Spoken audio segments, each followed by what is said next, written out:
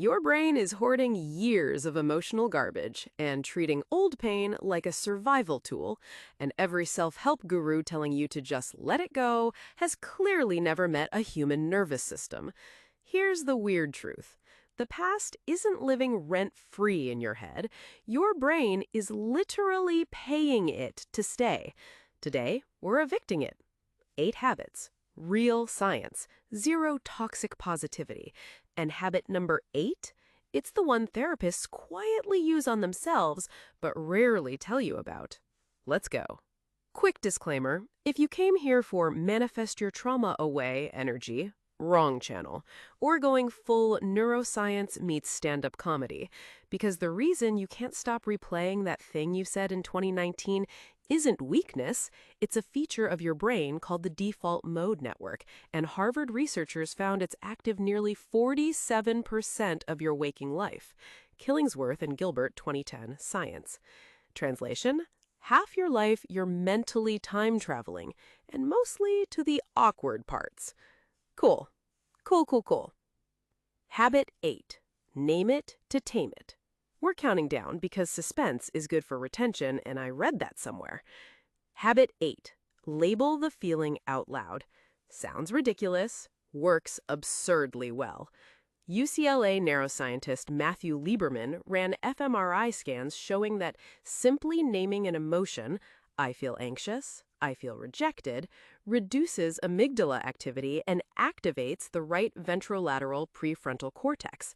In English, the panic alarm in your brain literally turns its volume down when you give the feeling a name tag. So next time your chest does that weird tight thing, don't fight it. Look it in the eye and go, "Oh, hi, shame. Didn't invite you. Weird that you're here." Your brain calms down because you stopped pretending the intruder isn't in the kitchen.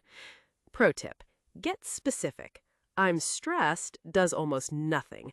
I'm humiliated and a little scared cuts amygdala activity dramatically. Vague feelings stay loud. Named ones shrink. Your brain hates ambiguity more than the truth. Habit 7. Expressive writing. Write it down for 15 minutes, then close the notebook. This isn't journaling girly aesthetic. This is the Pennebaker Protocol, developed by Dr. James Pennebaker at the University of Texas. In studies spanning 30 years, people who wrote about their worst emotional experiences for just 15 to 20 minutes a day, 4 days in a row, showed measurable improvements in immune function, fewer doctor's visits, and lower depression scores. The trick? You don't reread it, you don't perform it, you don't post it. You dump the emotional sludge onto paper, and your prefrontal cortex finally gets to organize the chaos your limbic system has been screaming about. Think of it as taking out the mental trash, except the trash is your ex's voicemail from 2021. Weird bonus, Pennebaker found that people who used more because, realize, and understand in their writing healed faster. Translation, narrating why it hurt beats just venting that it hurt.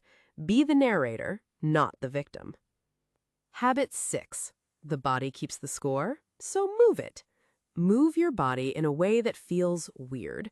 Bessel van der Kolk's research, yes, the body keeps the score guy, shows trauma and stuck emotion are stored somatically, meaning in your body, not just your brain. A 2014 Harvard study on trauma-sensitive yoga found significant PTSD symptom reduction after just 10 weeks. But here's the quirky part. It doesn't have to be yoga. Shake your arms like a wet dog. Dance badly to a song from middle school. Stomp around your apartment. Why? Because animals literally tremble after stress to discharge cortisol. And somewhere along the way, humans decided that was undignified. Be undignified. Your nervous system will thank you. Your neighbors, less so. Try this tonight. Shake your hands and arms loosely for 60 seconds. That's it. It's called neurogenic tremoring, and it signals your vagus nerve that the threat is over. Your body has been waiting years for that memo. Habit 5. Controlled exposure to the memory. Revisit the memory on purpose for 90 seconds. This is counterintuitive, so stay with me. Neuroscientist Dr. Jill Bolt Taylor identified what she calls the 90-second rule. The biochemical lifespan of an emotion in your body is roughly 90 seconds. After that, you are choosing to keep it alive by re-engaging the thought loop. So, set a timer. Let the memory in. Feel it fully. Cry, cringe, grimace, whatever. At 90 seconds, you literally watch the chemical wave pass. Do this enough times, and a process called memory reconsolidation kicks in. Nader, Schaaf, and Ledoux, 2000, Nature. Every time you recall a memory while safe, your brain refiles it with a slightly less painful tag. You're not erasing the past, you're updating the file. Plot twist, every time you recall a memory, it becomes temporarily editable for about 6 hours. That's the reconsolidation window. Revisit it while calm, and your brain quite literally overwrites the original with a softer copy. Habit 4. Self-compassion. Not the bubble bath kind. Talk to yourself like you'd talk to a friend whose life is also a mess. Dr. Kristen Neff at UT Austin has 20-plus years of data showing self-compassion outperforms self-esteem on basically every mental health metric. Lower anxiety, lower depression, higher resilience. But here's the catch. Self-compassion isn't bubble baths and treat yourself. It's the harder thing. It's saying, yeah, I messed up. Humans mess up. I'm a human. Moving on, without the 40-minute mental court trial where you're both the prosecutor and the defendant and losing. Habit 3. Cut the rumination loop with novelty.